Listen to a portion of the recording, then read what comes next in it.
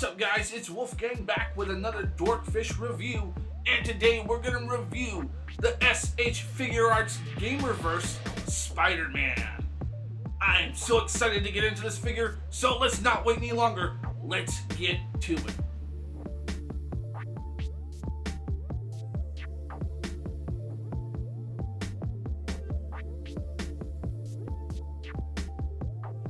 So kicking this review off, we need not go over Spider-Man's history. He is one of the most iconic comic book characters, if not superheroes, around the entire world.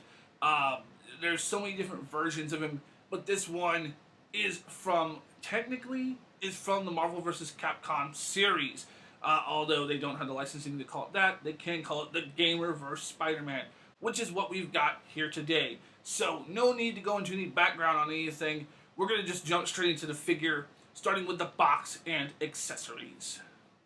Alright, and as far as the box goes, you've got a beautiful product shot of Spider-Man on the front, a nice open package area to see the figure itself, Figuarts and its stamps, Bandai stamps down on it, the Gamerverse logo. Nothing much on the side. Great product shot on the back. Small product shot on the side, and that's it. That's all there is to the box. So let's get on to the accessories. Now for accessories, he comes with 2 heads.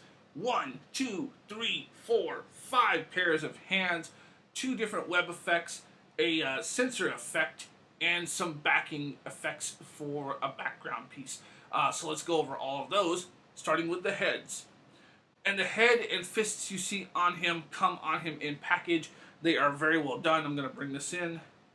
They did not paint inside the webbing, but they didn't need to. It looks great without it. I've actually seen a few customizers do paints in the webbing, and I did not particularly care for it. I got to be honest, with the way shadowing is with this figure, I think no paints inside the webs are great. You get a second head. This head's got a wider expression, maybe a more shocked or wide-eyed look. Looks great, nice and clean. As far as hands go, obviously, again, you got the fist hands, and you've got these kind of expressive stance or punch blocking hands. You get your flipping hands. You get these crouching hands. These are very well done. And then you get these 2 gesturing hands, which also hold the webbing and other accessories. So, good spread of hands there, and I like all of them. And they're all sculpted very well. Nothing crazy to talk about in terms of aesthetics because the paint is spot on and the sculpt is perfect for them. So now let's look at the webbing accessories. The first being this flipping web right here. You can do some swinging shots with this bad boy. You also get the defensive web or the dome, whatever you want to call it. It's got this little piece right here that you just pop on the ball joint, and then this hand holds it perfectly well, so you can hold his defensive web or his shield. You also get this part right here that pops off the port in the back, so that way you can put on his Spidey Sense piece. It looks great, but it is made out of a thick plastic that you can leave your fingerprints smudged all over, so just be careful when handling it to put it on him. And then last but not least is the cardboard effects. You get these 2 backings that link together, or not really link, but sit side by side and creates this here. My diode's a little uneven because of the way the rotor screen is done on it. So, but yeah, that is all you get for accessories, but it is more than enough. I am super happy with it. There can always be more accessories. The thing is, and this is why I really like Mezco, they've increased the amount of awesome accessories you get per figure with special stylized ones for their own line, and then really cool universal ones that can go across most lines. And that's what I'm really into, so I always could have more accessories with figures, but what we got is fantastic. So, no complaints there. Now, let's talk about the aesthetic of the figure itself. And aesthetically speaking, this figure is amazing. I love his articulation for the most part. There are little things that I'm getting used to in terms of like the ball joint in the shoulder here, and the kind of, I guess, what do you want to call it, a plastic thong around the hips into the crotch area. But ultimately, this figure is amazing. The blues, the reds, the detail in the sculpt, the way the webbing sits on him, the spider symbol across him, and the back, the eyes.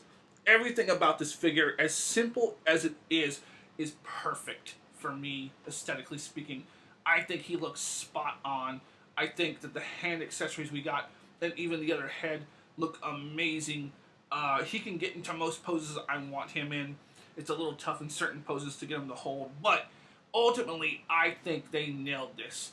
I personally do not think there's a better Spider-Man in this scale on the market at this moment, right? That can always change. Things advance, things get better. But I have had quite a few different Spider-Mans from different lines, messed with several, kept several in my collection, but none of them, to me, add up to what this one is. Looking at the silhouette that he casts in different positions and poses, even just aesthetic standing here is pretty nice. I really enjoy the look of the figure. I think it stands out amongst any Spider-Man collection. I personally really, really love it. So it's a win for me. This is going to be hard to beat when it comes to Spider-Man figures, aesthetically speaking. So now, that being said, let's go ahead and talk about articulation.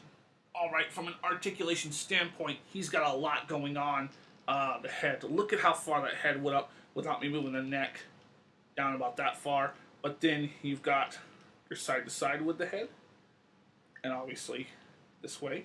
Now, when you mix that neck in, you've got a nice lean. Look at that. Wow, all the way up. Very well done. The shoulders are a floating butterfly, so it can move really good, all things considering. And then back, fair enough, not great, but decent enough. You see you got that ball joint in there with the shoulder. You can go about that high without mixing in the ball joint into it, all the way around. Of course, bicep swivel, double jointed elbows get you that far, which is perfect. You got the pin and hinge wrists and hands, so he moves great there. The abdomen. Now, you've got this ab joint here, which is a giant ball joint. You do get some gapping if you're not careful pushing back. And you don't get a horrible amount forward, but it is what it is. It's fine.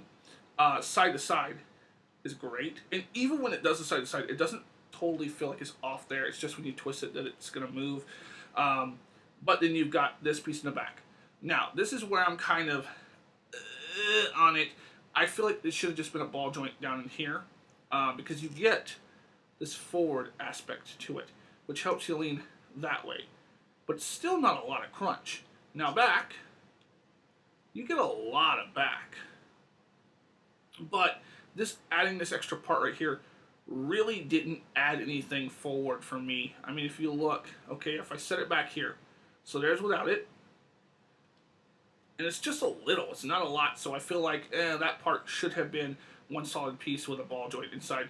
That's my opinion on it. Now, legs kick out, pretty good.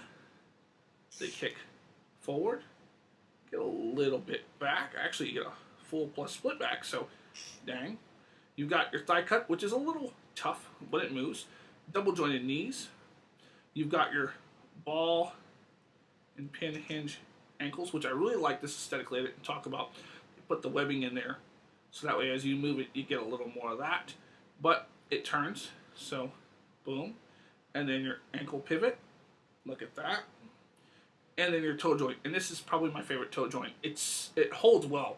It's so well put in, so it doesn't look too unnatural.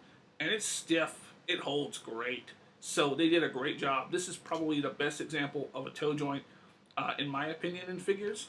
But also one of the most hit or miss lower diaphragm areas they could have done for what they had in front of them. I think it's probably the biggest miss in articulation.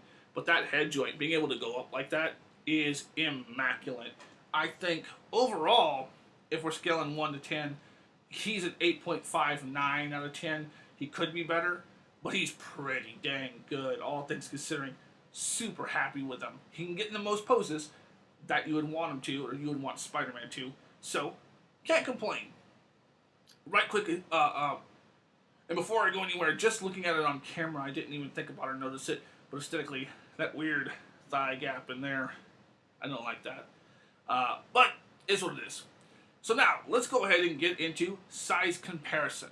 Alright, so here we have Spider-Man next to the Gamerverse Marvel Legends Kingpin.